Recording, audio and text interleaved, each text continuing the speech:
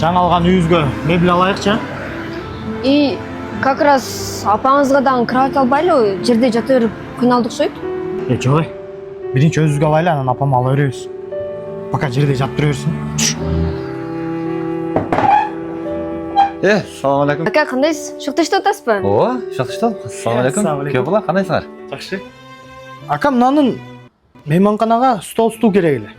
Болушу канчалуу? Булар билбейт экен, бирок бир сурап берейин.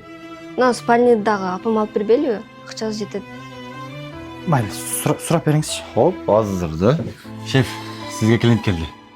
Менин күйөө балам менен карындашым. Мейманканага коюлуучу жанагы стул, анан бир спальни. Жанагы стулду канчага бересиз? Стулду эгер күйөө балаң болсо, болушу 75 кылып берейин. Эмнечи спальни?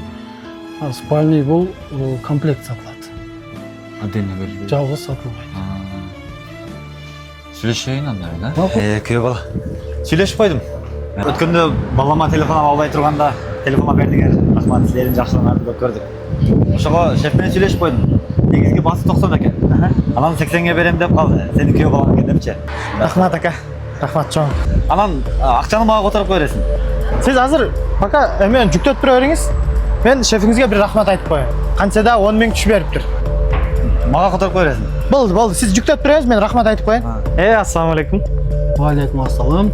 Мебелдериңиз аябай сыпаттуу экен. Бизге жанагы столдор жакты. 80 миңге түшүрүп бергениңиз үчүн чоң рахмат. 80 дейсиңби? Күйөө балам болот деген үчүн атайын силерге 75 миң кылып бердим. 80 миң деди го мага.